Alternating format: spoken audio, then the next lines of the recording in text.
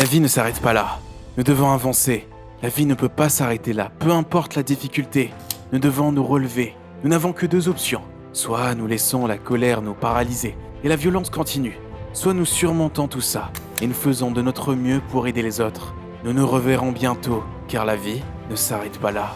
Au moment d'écrire ces mots, Andrés Escobar ne savait pas que ceux-ci allaient être les derniers qu'il tiendrait en public. Dans les annales du sport, il y a des moments qui transcendent les frontières du terrain et résonnent dans la conscience collective de tout un peuple. Le meurtre d'Andrés Escobar, surnommé le cavalier du football, est l'un de ces accidents tragiques qui continuent de se répercuter, à la fois dans le domaine du sport et au-delà. La vie d'Andrés Escobar a été écourtée en 1994, à la suite de son but contre son camp lors du mondial aux États-Unis.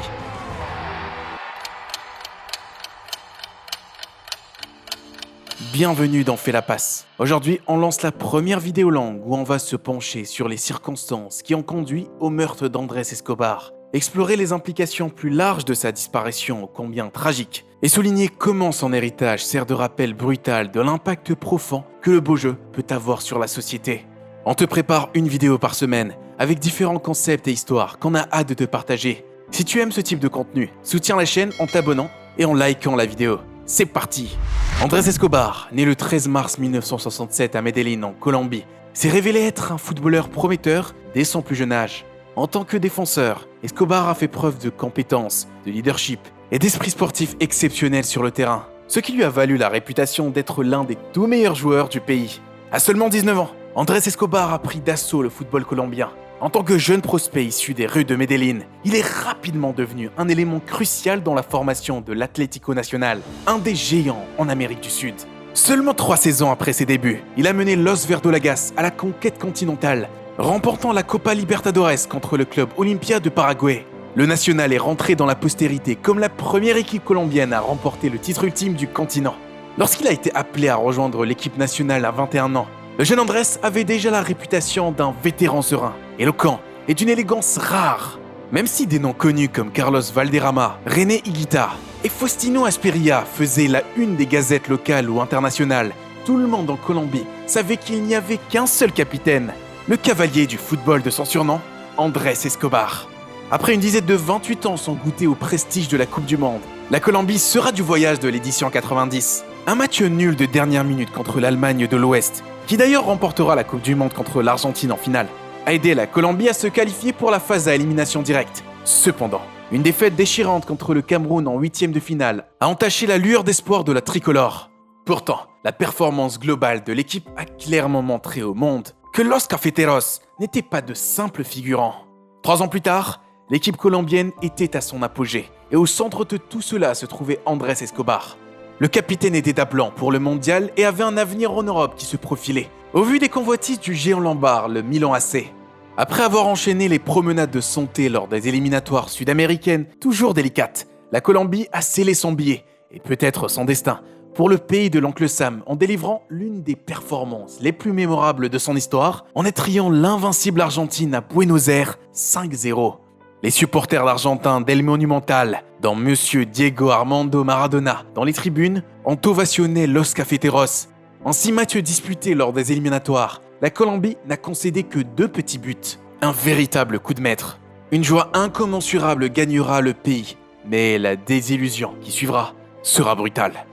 La bande menée par le gentleman Escobar était confortablement assise au sommet de la sphère de leur pays, donnant à leur peuple une raison de croire que le moment de briller sur la scène mondiale était arrivé. Il faut savoir que lorsque l'équipe nationale a atterri à Los Angeles, la Colombie était plongée dans le chaos des syndicats de Paris et d'une guerre des cartels de la drogue, sous la tutelle d'un autre Escobar beaucoup moins commode que le défenseur. Le football a cette faculté de magnifier une histoire, un contexte social, politique, à la fois pour le meilleur et pour le pire.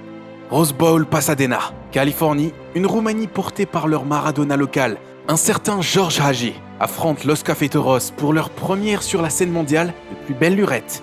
La rencontre ressemble à une succession de contre-attaques infructueuses. Seulement voilà, Hagi prend l'initiative et envoie un somptueux missile de 35 mètres dans la lucarne opposée. De quoi ouvrir le bal et déjà mettre les Colombiens en déroute.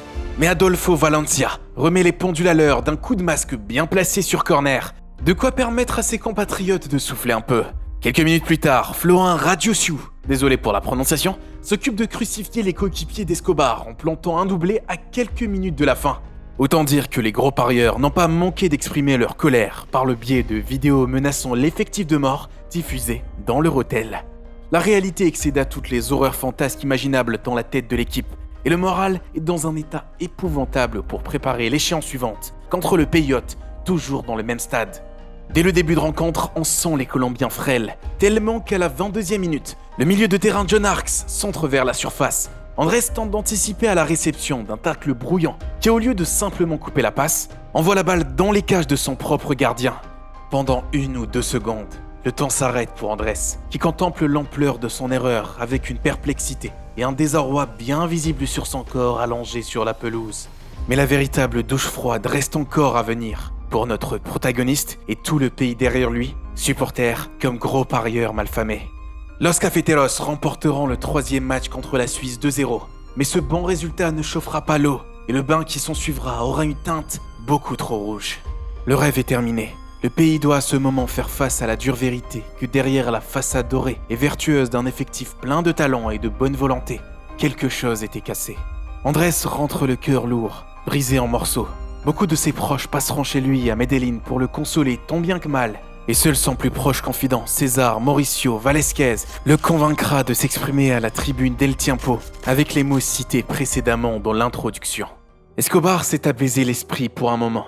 Il se permet même de boire un verre avec des amis à El Indio dans un bar à Medellín. Sauf que l'accueil qui lui est réservé laisse à désirer. Avec une pluie d'insultes à propos de son geste malencontreux, sentant le vent tourner, Andrés se décide à partir. Sauf que peu avant de rejoindre sa voiture, il se rend compte qu'il est suivi par 4 des personnes qui avaient initié les hostilités. Andrés essayera de leur expliquer que ce n'était qu'un accident, qu'il aurait tout donné pour que l'équipe se qualifie. Mais il se fera taire à jamais, par 6 balles tirées coup sur coup. La petite copine d'Escobar racontera que pour chaque balle tirée, le tireur criait « Goal !» pour rappeler le but contre son camp. Dans la nuit du 2 juillet 1994, Andrés Escobar, 27 ans, décède 10 jours à peine après son retour de Coupe du Monde. L'incident tragique a clairement mis en évidence les dessous sombres et la relation que peut avoir le football avec le monde qui l'entoure, exposant les conséquences potentielles d'une pression excessive sur les athlètes et les équipes. Il est facile de réduire le meurtre d'Andrés Escobar à un événement isolé, en représailles pour avoir marqué un but contre son camp lors d'une Coupe du Monde. Mais la vérité sur ce qui est arrivé à Andrés est bien plus qu'un simple titre sensationnaliste lié au football. Ce qui est arrivé à la Colombie à l'époque était plus qu'évocateur de la dépravation qui rongeait les institutions locales dans tous les domaines, notamment la justice. Le pays était embourbé dans la violence liée à la drogue, de puissantes organisations criminelles faisant des ravages dans les communautés, notamment le sinistre cartel de Medellín, mené par le protagoniste de la série Narcos. Le meurtre d'Escobar soulignait l'influence omniprésente de ces réseaux criminels et l'intersection entre le sport et les aspects les plus sombres de la société. En 1994, Humberto Castromunez, un puissant garde du corps employé par des cartels de la drogue, a été arrêté dans la nuit du 2 juillet 1994 et a avoué le lendemain avoir assassiné le regretté Andrés Escobar. Santiago Galón, qui aurait perdu beaucoup de paris sur le résultat du match, a également employé Castro comme chauffeur. Il a été reconnu coupable en juin 1995 du meurtre. Il a été condamné à 43 ans de prison. Cependant, la peine a ensuite été réduite à 26 ans. Pour bonne conduite, seuls 11 ans étaient purgés. Dans les années qui ont suivi son décès, l'héritage d'Escobar a pris de nouvelles dimensions. Il est devenu un symbole de résilience, d'intégrité et preuve des dangers du fanatisme. La fondation Andrés Escobar a été créée en son honneur, se concentrant sur la promotion de l'esprit sportif, la paix et la transformation sociale en Colombie. Le travail de la fondation résume la vision d'Escobar d'utiliser le sport comme un vecteur de changement positif et comme moyen de combattre la violence et les inégalités. Cette année marque les 27 ans depuis cette tragédie qui a frappé la planète foot. Nous voulons honorer son héritage en paragraphant le titre de sa dernière chronique pour El Tiempo. La vie ne s'arrête pas là. La sienne a bien trouvé son terme aux mains de tout ce qui n'incarnait pas, mais la Colombie sera toujours reconnaissante envers ce martyr qui a œuvré à son échelle pour montrer la lumière à une nation décimée mais pleine d'espoir. On arrive à la fin de la vidéo. Comme je l'ai dit, c'était la première vidéo longue, donc il y a sûrement beaucoup de choses à améliorer. Ne gêne surtout pas de me les faire remarquer. N'oublie pas de me laisser un petit like, ça aide beaucoup, et de me dire quel sujet tu aimerais voir dans les prochaines vidéos. Ciao!